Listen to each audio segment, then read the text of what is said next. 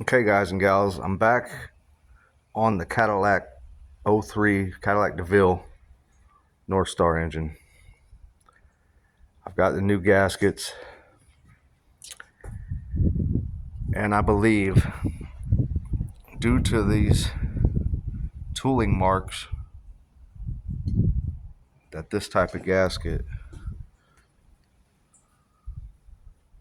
didn't seal properly, because you could see the tooling marks, and I believe that's what this buildup is out here, oil leaking.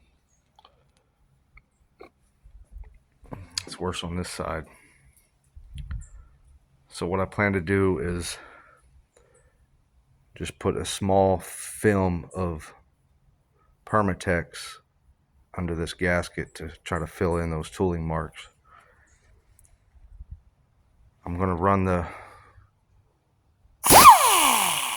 whizzer wheel on there and clean it up a little bit, but I don't want to take it down because it'll affect my clearance on my main cap bearing. So